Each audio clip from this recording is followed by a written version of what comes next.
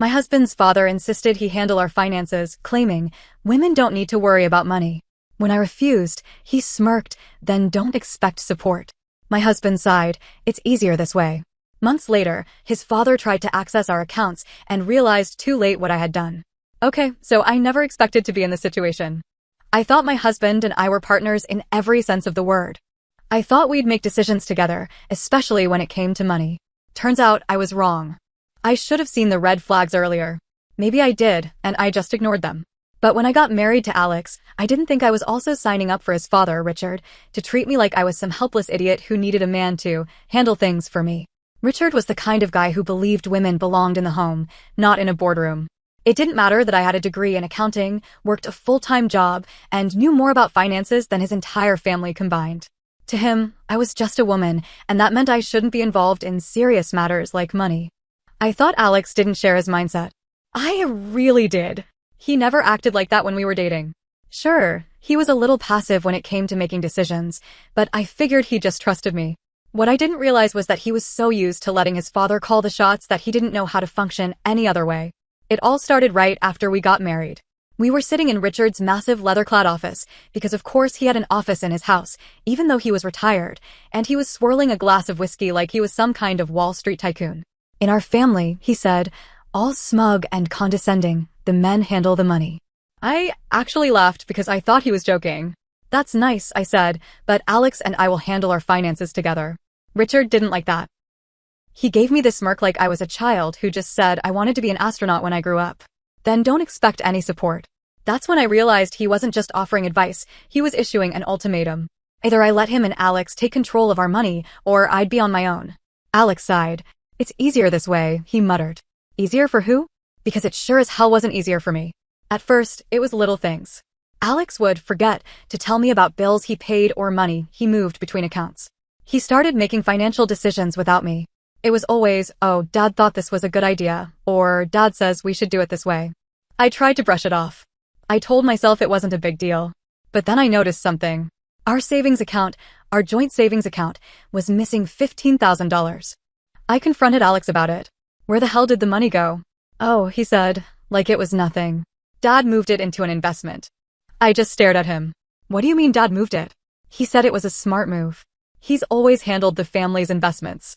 I felt sick. "And you just let him?" Alex looked at me like I was the crazy one. Why wouldn't I? That was the moment I knew. I was married to a man who would always choose his father's authority over my partnership. So I stopped fighting it. At least, that's what I let them think. I opened a personal bank account. Quietly. Moved my direct deposit over. Every paycheck from that moment forward went into my private account instead of our joint one. I didn't say a word about it. But I wasn't done. I gathered every financial statement, every transaction, every email that mentioned Richard making financial moves without my consent. Screenshots, bank statements, even text messages. I documented everything. And then I waited. Because I knew Richard wasn't done either. For a while, things were quiet. Too quiet. Alex didn't notice that my paychecks had stopped going into the joint account. If he did, he didn't say anything. Maybe he just assumed money was tight, or maybe he wasn't paying attention. Either way, I let him believe everything was normal. Richard, though? Richard was waiting for something. I could feel it. Then, one night, Alex casually mentioned that his dad had another investment opportunity lined up. "Don't worry," he said, chewing on his dinner like we weren't discussing our money. "Dad says it's low risk, high reward." I dropped my fork. "How much this time?" He shrugged. "Not sure. But Dad needs access to the joint account again." And there it was. I played dumb. "Oh, that's fine. I think the bank put some extra security on the account. They might call me before approving any big transfers." Alex didn't even blink. "Yeah, that makes sense. I'll let Dad know." I smiled, but inside, I was boiling. Richard was planning to drain our account again, and Alex was just letting him. But this time, I was ready. The next day, I went to the bank in person. I explained the situation, without giving too much away, and made sure that Richard wouldn't be able to touch a single cent. "Freeze the account," I said. "If anything over $100 gets pulled, call me immediately." The banker nodded. "Understood, ma'am. We'll notify you right away." That night, I sat back and waited. Sure enough, 3 days later, I got a call. "Mrs. Taylor?" The bank rep sounded cautious. "There was an attempt to transfer $20,000 from your joint account. We flagged it as suspicious." I almost laughed. Who initiated it? The request came from Richard Taylor. Of course it did. That evening, Alex walked in, completely unaware of what had happened. He kissed me on the cheek, sat down on the couch, and turned on the TV like everything was fine. I waited. 5 minutes later, his phone rang. I could hear Richard yelling through the speaker. What the hell happened? The bank won't let me transfer the money. They froze the damn account. Alex frowned. Wait, what? That doesn't make sense. Then his eyes flicked to me. I raised an eyebrow. Slowly, he put the phone down. Did you do something? I leaned back in my chair, completely calm. Do what, exactly? Alex swallowed. The joint account. Why is it frozen? Probably because someone's been pulling large amounts of money out of it without my consent. Richard was still yelling on the phone. Fix this, Alex. No. Alex ran a hand through his hair. Look, just call the bank and tell them to release it. Dad needs that money for the investment. I let the silence stretch between us. No, Alex blinked. What? I folded my arms. No. I'm not unfreezing anything. Now Alex was the one who looked like he might explode. Sophie, you're making this way harder than it needs to be. Am I? I tilted my head. Because I don't remember agreeing to let your father gamble away our savings. Alex pinched the bridge of his nose. It's not gambling. It's an investment. I scoffed. Oh yeah? What's the return on this investment? Did he give you any actual numbers? Silence. I laughed bitterly. That's what I thought. Richard was still ranting through the phone. Give the phone to Sophie. Now. Alex hesitated. Maybe you should just talk to him. I have nothing to say to him. I stood up. But I think you should tell him that our money is off limits. Alex didn't answer. And that's when I knew he wasn't just in over his head. He knew his father was using him. And he didn't care. I needed to move faster. Over the next few days, I dug deeper into Richard's investments. I didn't just want to block his access, I wanted to expose him. And that's when I found it. A paper trail. Richard had been pulling money from multiple accounts, not just ours. Alex's older brother? His savings were nearly gone. His mom? She had no idea that Richard had drained half of her retirement fund. I sat there, staring at the numbers, feeling my stomach drop. This wasn't just bad money management. This was theft. And Richard had been doing it for years. I sat at the kitchen table, staring at the numbers on my screen. My hands were shaking not from fear, but from pure rage. Richard hadn't just been dipping into our account.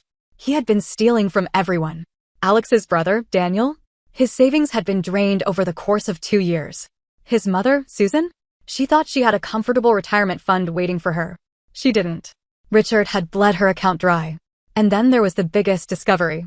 A business loan, taken out in Alex's name, for $50,000. My heart slammed against my ribs. I scrolled through the documents, my pulse hammering.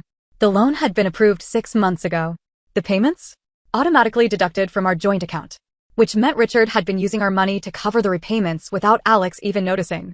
And the worst part? The loan had defaulted last month. I checked the fine print. The remaining balance was still over $40,000. And guess who was on the hook for it? Alex. Not Richard. Alex. My whole body went cold. This wasn't just a bad investment. This was fraud. That night, I didn't say a word. I cooked dinner like everything was normal. I even smiled when Alex made some dumb joke about his coworker. But inside, I was seething. And then Richard called. I put my fork down and watched as Alex answered, putting it on speaker. Richard was furious. Alex, what the hell is going on? The bank says they flagged a transaction and now they're investigating. They froze the damn account again. Alex frowned. Investigating? What are you talking about? Richard let out a frustrated growl. Sophie must have called them again. That woman is ruining everything. I felt my jaw tighten. Alex rubbed his forehead. Dad, can you just calm down? What transaction got flagged? Richard hesitated. Then, in a much lower voice, he muttered, the loan payment. I saw the exact moment Alex's brain short-circuited. His eyes flicked to me, then back to the phone. Loan payment, he repeated, like he didn't understand the words. Richard sighed like he was talking to a slow child. Yes, the business loan. The one in your name. The blood drained from Alex's face. What do you mean my name? Oh, this was better than I could have planned. I leaned back in my chair, watching it all unfold. You took out a loan in my name? Alex shouted, standing up so fast his chair scraped against the floor. Richard sighed again. Look, it's not a big deal, not a big deal. Alex's breathing was sharp and uneven. Are you serious right now? When the hell did I sign for a loan? There was a long, terrible silence. Then Richard spoke, his voice eerily calm. I had to do it, son. The bank wouldn't approve it under my name. I had to clamp my mouth shut to stop myself from laughing. This idiot admitted it. On speaker, Alex looked like someone had hit him in the stomach. He sank back into his chair, gripping his hair. Dad, you committed fraud. Richard snapped. Watch your mouth, boy. I did this for the family. I've been handling finances for years, and you're acting like some ungrateful brat. I had heard enough. I grabbed Alex's phone and hung up. He just sat there, staring at the blank screen like he didn't even know where he was. And then, slowly, he turned to me. Sophie, he said, his voice hoarse. Did you know? I took a deep breath. I found out today. His hands were shaking. What do we do? I almost felt bad for him. Almost. But this was the man who let his father control our money. The man who told me to trust Richard. The man who let this happen. So I looked him in the eye and said, We don't do anything. I do. Richard had no idea what was coming. After I ended the call, Alex just sat there, his face pale, his hands gripping his head like he was physically holding himself together. I didn't comfort him. He wasn't the victim here. We weren't the victims. I wasn't just going to let Richard get away with this. I was going to ruin him. And I knew exactly how. The next day, I made a few phone calls. First, I called the bank. I forwarded every document I had, every sketchy transaction, every email that mentioned unauthorized transfers. I wanted it on record that Richard had been fraudulently using our money. Then I called Daniel, Alex's brother. Sophie, he answered, sounding confused. What's up? Richard stole from you. Silence. What? I didn't sugarcoat it. Your savings. He's been pulling from it for 2 years. You need to check your accounts.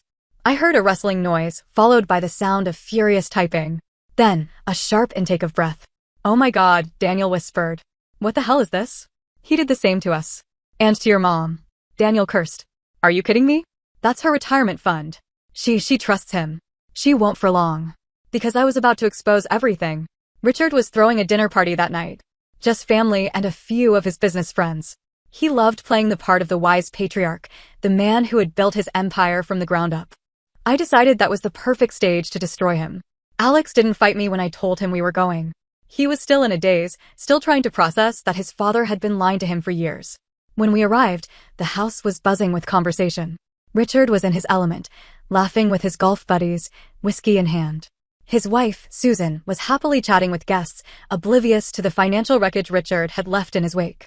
I spotted Daniel near the kitchen. His jaw was tight, his hands clenched into fists. He had seen the bank statements. He knew. We made eye contact. I nodded. Game time. Richard spotted us and grinned. Ah, my boy and his lovely wife. Come in, have a drink. I smiled sweetly. Oh, I think we should all get a drink. We have a lot to discuss. Richard chuckled. Oh, something exciting? I tilted my head. You could say that. Daniel cleared his throat. Loudly. Hey, Dad? I checked my accounts today. The room quieted. Richard's grin faltered just a little. Oh, and? Daniel stepped forward. Turns out I'm missing about $70,000. A few murmurs spread through the guests. Richard let out a forced laugh. Son, I told you, I made some investments on your behalf. Oh, really? Daniel's voice was sharp. Because the bank thinks it was theft. Susan, still smiling, looked between them. What's going on? I folded my arms. Oh, you'll love this, Susan. Turns out your husband has been stealing from all of us. Including you. Her face fell. What?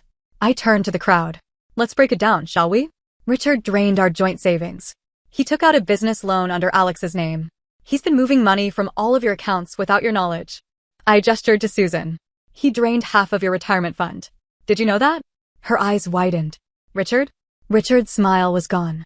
His face was flushed. Now hold on, don't. I cut him off. We have proof. Bank statements. Emails. And we're reporting everything. A ripple of shock went through the guests. Some of his friends started shifting uncomfortably, exchanging glances. Susan stepped closer to him. Tell me it's not true. Richard tried to keep his voice steady. Honey, I was just reallocating the money, without telling anyone. Daniel snapped. You lied to me. Susan's voice broke. You said our money was safe. I trusted you. Richard's face was pure panic now. You don't understand. It's just a temporary setback. I stepped forward, my voice deadly calm. It's fraud. And then I dropped the final bombshell. The bank is launching an investigation. This isn't just a setback, Richard. This is a crime. Gasps filled the room. And for the first time in his life, Richard looked scared. Richard tried everything to fix it. He begged. he shouted. He even tried to blame Alex. You let her do this to me, he snapped at him later, after the guests had awkwardly left. You let your wife, your own wife, tear this family apart. Alex just looked at him, hollow-eyed. You tore it apart. Susan packed a bag that night. She wasn't ready to talk, but she left. Daniel cut off contact completely. As for Alex, he broke down. He kept apologizing, kept saying he didn't know, that he should have listened to me, that he didn't realize how deep it went. I believed him, but I also knew I could never trust him again. So I did what I should have done months ago. I filed for divorce. The bank moved fast. They froze Richard's assets. The fraud investigation escalated quickly. And the business loan? Since it was in Alex's name, Richard assumed we would be the ones stuck with it. Too bad for him. I had already spoken to the bank's fraud department. They found forged signatures on the paperwork. And guess what that meant? Full liability on Richard. He lost everything. His money, his house, his family. And then came the cherry on top. Richard was arrested for financial fraud. And when the cuffs clicked around his wrists, when they dragged him out of his precious home, I looked him straight in the eye and said, I told you I'd handle my own money.